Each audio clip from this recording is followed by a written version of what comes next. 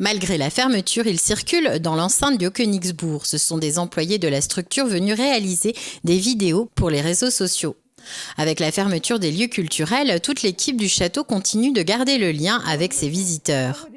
Nous alimentons via Facebook la page du Haut-Königsbourg avec des petits reportages, des ateliers, des anecdotes historiques, des présentations aussi de pièces du château, d'endroits un peu insolites du château, que ce soit les cuisines 1900 ou le donjon. Donc nous essayons en fait de faire vivre le château via les réseaux sociaux. Il entre à l'école des arts décoratifs de Strasbourg, puis séjourne à Munich. Au total, ils sont une vingtaine de médiateurs culturels à produire régulièrement un contenu varié autour de certaines thématiques. Certains travaillent plutôt avec un public jeune, d'autres avec un public adulte. Et on a la chance de pouvoir proposer des thématiques qui nous intéressent particulièrement et qu'on trouve judicieuses. On les propose à toute l'équipe, à nos responsables également.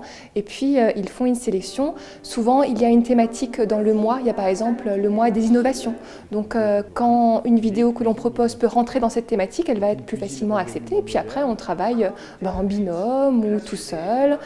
Certains se costument pour proposer plutôt des vidéos sur la vie quotidienne au Moyen-Âge, à distance toujours, mais pour faire découvrir cet aspect-là.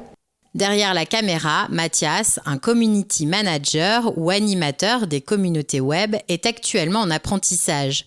Il constate à quel point les réseaux sociaux ont le vent en poupe depuis la crise sanitaire. Le plus important, en fait, c'est de dynamiser le maximum les réseaux sociaux, qui est devenu, avec la crise, quelque chose qui prend une place très importante pour toute entreprise ou pour tout organisme. Et le but, par rapport au château, c'est de garder un maximum de proximité avec les visiteurs et leur donner du contenu quotidien.